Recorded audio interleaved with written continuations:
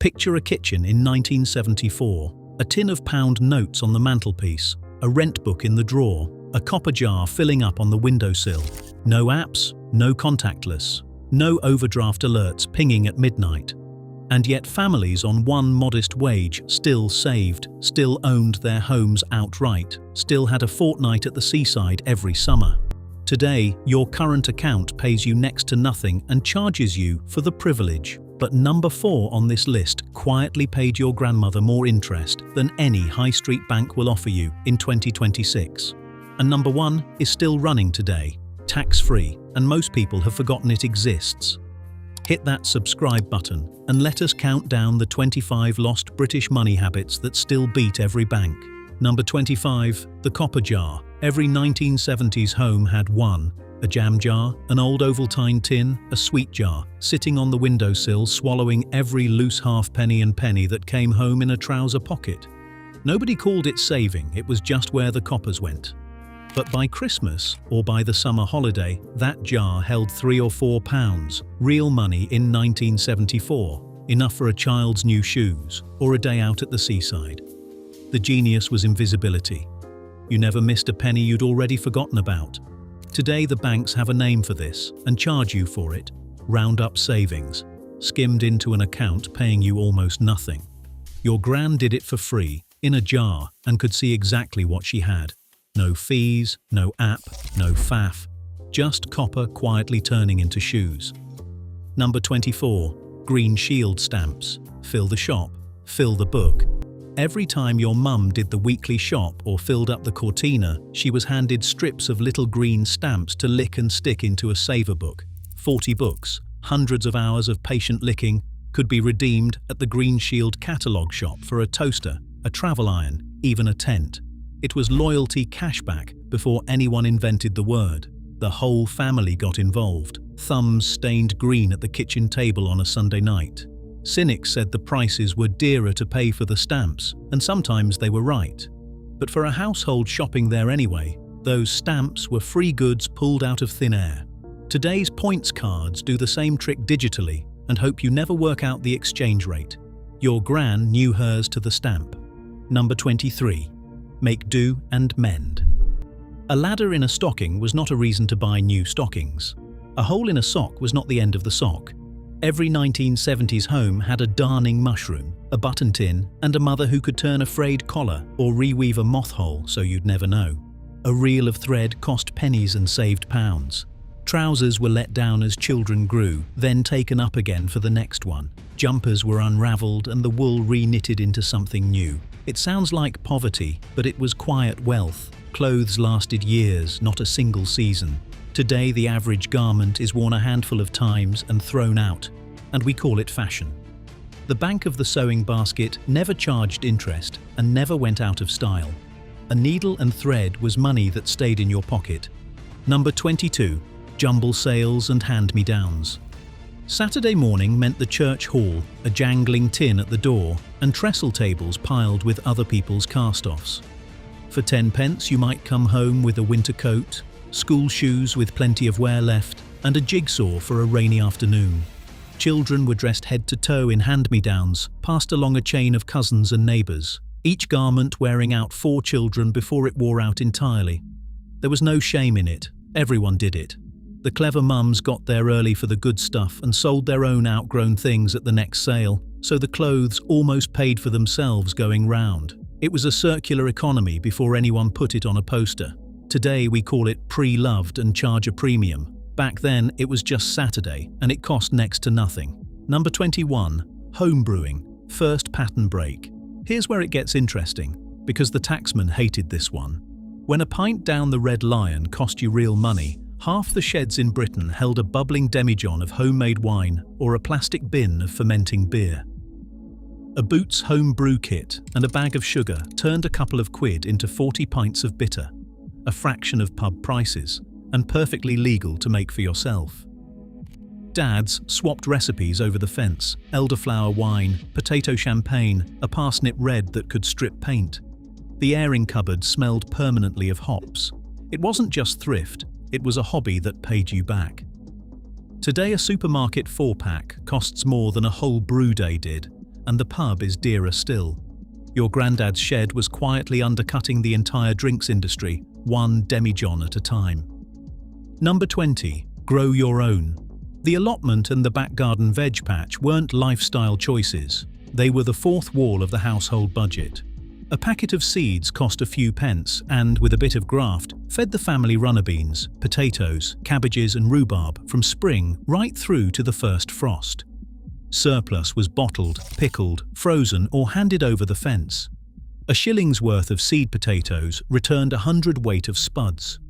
Grandad kept a rhubarb crown going for 30 years without spending another penny on it. In the 70s, when food prices climbed faster than wages, that patch of soil was an inflation-proof larder no supermarket could touch. Today, we pay premium prices for organic veg flown across the world. Back then, it grew 10 feet from the back door, and the only cost was a Sunday morning and a sore back. Number 19. The dry larder. Before the big weekly shop and the 2-for-1, the smart household bought in bulk and stored deep. A sack of flour, a stone of sugar, tea by the half-pound, pulses and porridge oats in kilner jars lined up like soldiers in the pantry. Buying big meant buying cheap, and buying cheap meant you were insulated when prices jumped. And in the 1970s, they jumped constantly. A full larder was a hedge against inflation you could actually eat. Your gran wasn't panic buying, she was cost averaging, decades before anyone put it in a spreadsheet. She knew the price of everything and stocked up when it was low. Today we're told to shop little and often, then throw away a third of what we buy.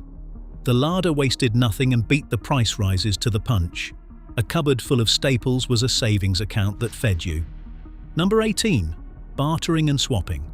Money never changed hands, and that was the whole point. The bloke 3 doors down mended your telly.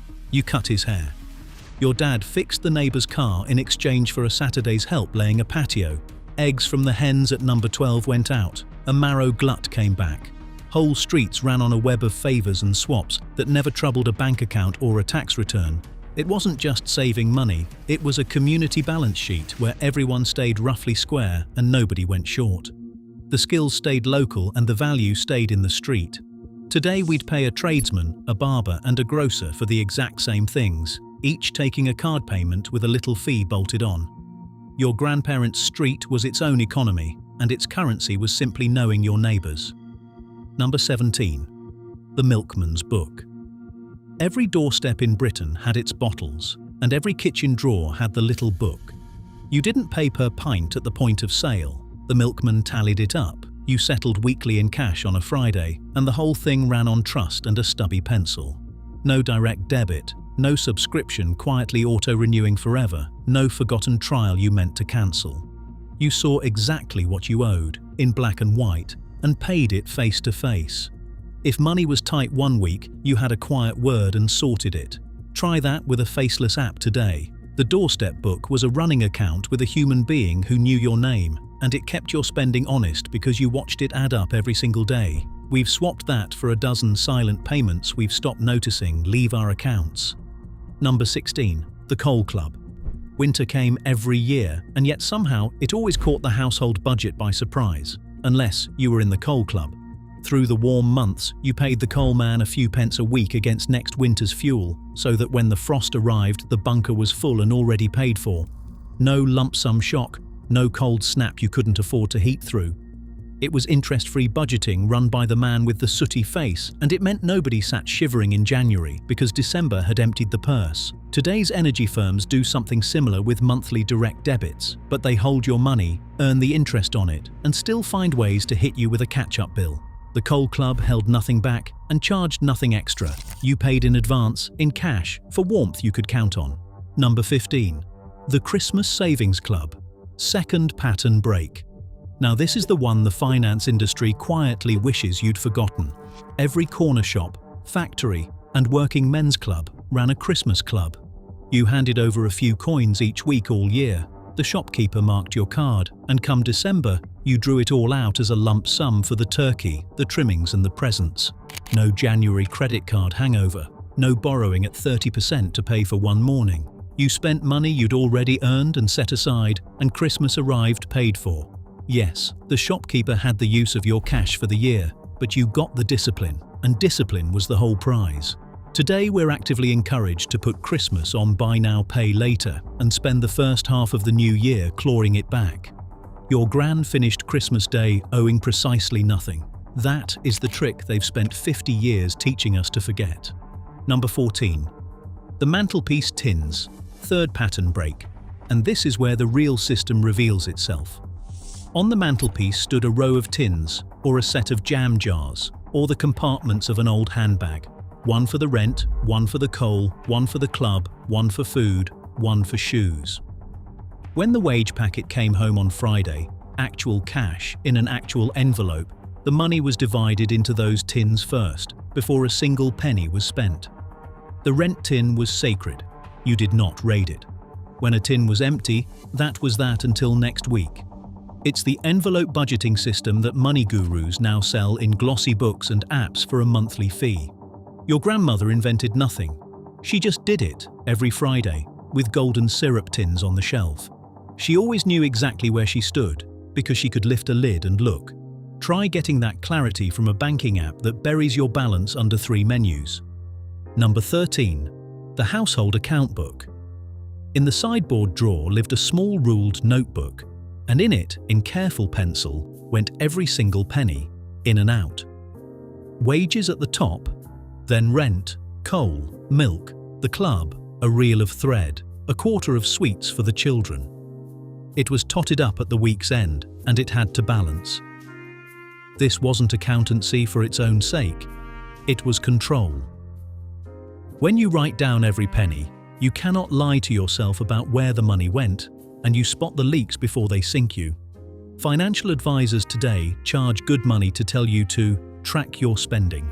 Your gran did it with a pencil and a 6-penny notebook, and she never once wondered on a Wednesday why the purse was empty. The notebook told the truth, every week, in her own hand. Awareness was the whole secret, and it cost the price of a pencil. Number 12. Never on the never never. Controversy incoming. Because this habit is the exact opposite of everything you're sold today. Buying on the never never meant hire purchase, paying for the 3-piece suite in weekly installments with a hefty slice of interest bolted on. And a great many households flatly refused to do it. The rule was simple and ironclad. If you couldn't pay for it, you didn't have it yet. You saved up, then you bought it, and it was yours outright the moment it came through the door. No repossession man, no debt hanging over you. No paying half as much again for the privilege of having it early. It sounds joyless until you realize it's freedom. A household that owns everything it has and owes nobody a penny sleeps very well indeed. Today, the entire economy runs on getting you to spend money you don't have yet. Your grandparents' refusal to do that is precisely why they retired without debt. The finance industry calls that a lost customer. They called it common sense. Number 11. The co-op divvy. Ask anyone who shopped at the Cooperative in the 1970s and they'll still recite their divvy number from memory. It was practically a second name. Every purchase was logged against your number, and twice a year the co-op paid you a dividend, a share of the profits, straight back into your pocket. You weren't just a customer, you were a member and part owner of the shop. That was real money handed back for shopping you were doing anyway, a genuine rebate from a business that belonged to the people who used it. Today's supermarket loyalty schemes dangle points that quietly lose value and expire if you blink. The divvy was your slice of the actual profit, paid in cash. Millions of families banked their divvy twice a year like clockwork. It was cashback with a conscience, and it beat any plastic points card ever printed. Number 10. The coin meter rebate. Before smart meters and monthly billing, plenty of homes fed the gas and electric through a coin meter on the landing. Shillings, then 10-pence pieces, dropped in to keep the lights on. It taught a brutal, useful lesson. When the meter ran out, so did the power. So you learned exactly what your energy cost, coin by coin. And here was the quiet windfall. The meters were set slightly high, so when the man came to empty them, there was often a rebate handed back, a little pile of coins returned to the household. Families budgeted around that rebate like a bonus. You could see your usage in real time and you paid as you went, never a nasty quarterly bill dropping through the letterbox. Modern Pay Monthly hands the energy firm your money in advance and lets them earn on it. The coin meter kept you in charge of every single unit. Number 9. The Post Office Savings Book. Down at the post office, alongside the stamps and the pension queue, sat the humble savings book, and generations of British children learned to save through it. You handed over your shillings, the clerk stamped the little book, and there in ink was your growing balance, government-backed and utterly safe. No fees, no minimum balance, no cross-selling, no small print. Just a stamp and a running total you could hold in your hand. Schools ran their own savings schemes feeding into it, and a child could watch a pound become 2 through nothing but patience. It taught the single most important lesson in money, that saving is a habit, not an event. Today's banks bury your savings behind apps and teaser rates that vanish after a year. The post office book was simple, honest and yours, and it turned a nation of children into savers with nothing more than a rubber stamp. Number 8. The Trustee Savings Bank Passbook. The TSB, the old penny bank, was built for ordinary working people, not the city, and its passbook was the everyday Briton's fortress. You saved where you were paid, in a bank that existed to look after modest savers rather than to squeeze them, and your passbook showed every deposit and every halfpenny of interest in plain black ink. There were no monthly account fees dreamed up to nibble your balance, no bewildering menu of products designed to confuse. You paid in, it grew, you could see it. The whole institution was built on the radical idea that a bank should serve its savers. Then it was floated, swallowed and absorbed, and that plain dealing ethos largely went with it. Your grandparents banked with an institution that was on their side. Ask yourself when you last felt that about the bank taking a fee off you this month. Number 7. Buy it once, buy it well. There's a reason your gran's Kenwood mixer still works and her cast iron pan outlived her. The 1970s household, counting every penny, understood a truth we've unlearned: that cheap is expensive. You saved up and bought the good kettle, the solid boots, the proper coat once, and it lasted 20 years.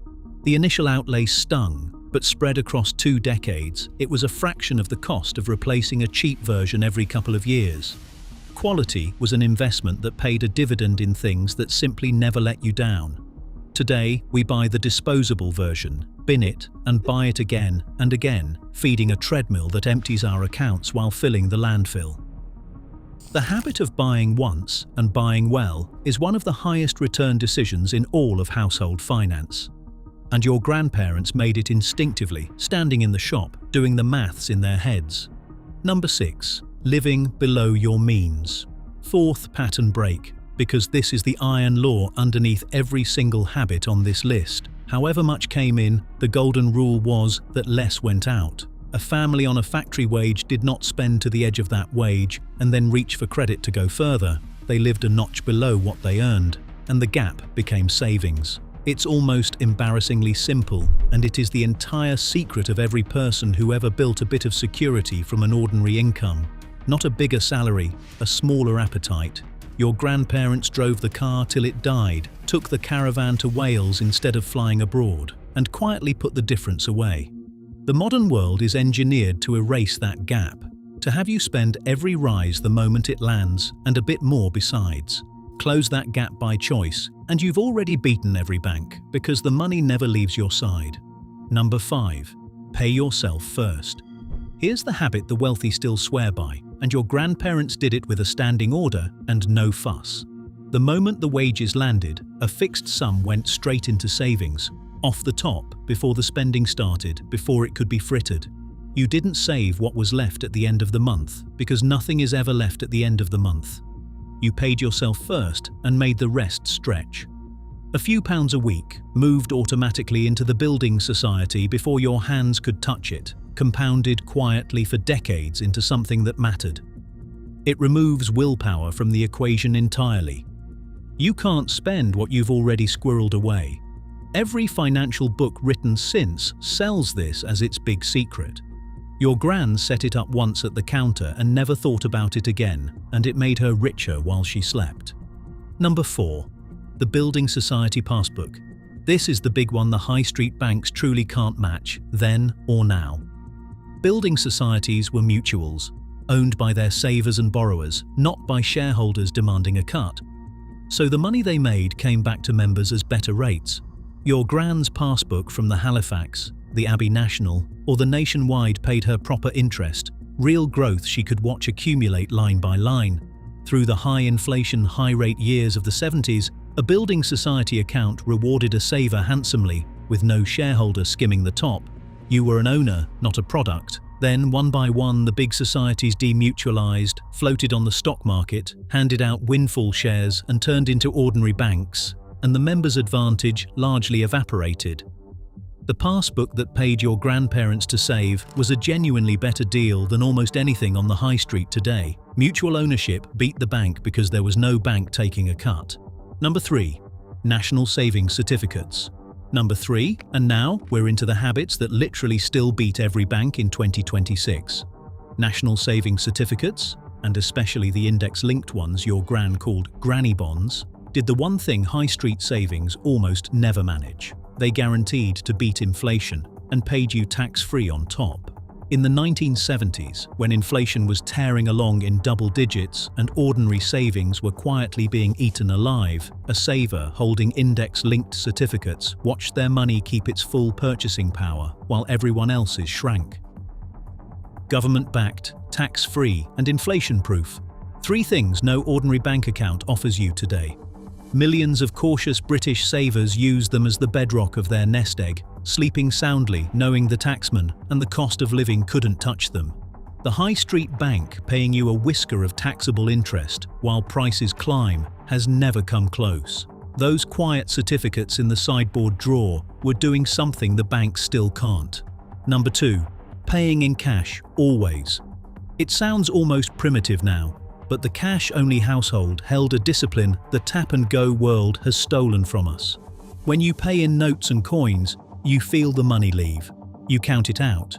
You watch the purse thin, and you simply stop when it's gone. There is no overdraft to slip into, no credit limit to nudge against, no 40 little contactless taps a day that you never quite add up. Study after study now confirms what your gran knew in her bones.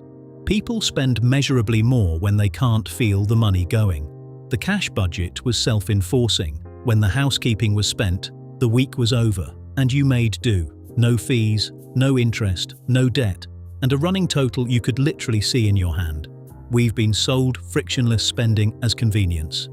Your grandparents kept the friction on purpose because the friction was what kept them solvent. Number 1. Premium bonds. And the number 1 lost habit, except it isn't lost at all.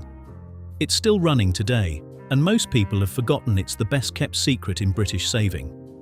Your grandparents bought premium bonds from the post office, and every single month those bonds were entered into a prize draw, tax-free, backed by the Treasury, with every penny of the stake completely safe and withdrawable whenever you liked. No other product on earth offers quite that combination. You can never lose your money, you might win a fortune, and you pay not a penny of tax on whatever you win.